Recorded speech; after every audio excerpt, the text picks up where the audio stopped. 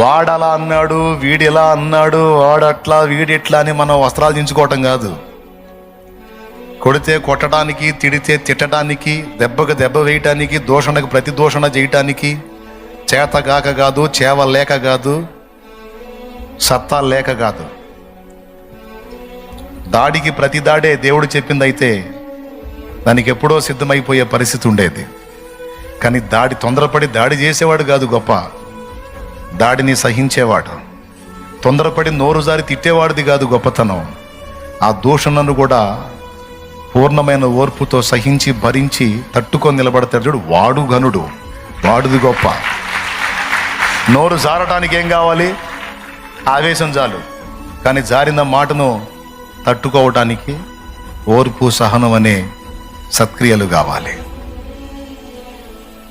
కాబట్టి దూషణకు ప్రతి దూషణ చేయొద్దు, కీడుకు ప్రతి కీడు చేయొద్దని నా యేసయ్య చెప్పాడు.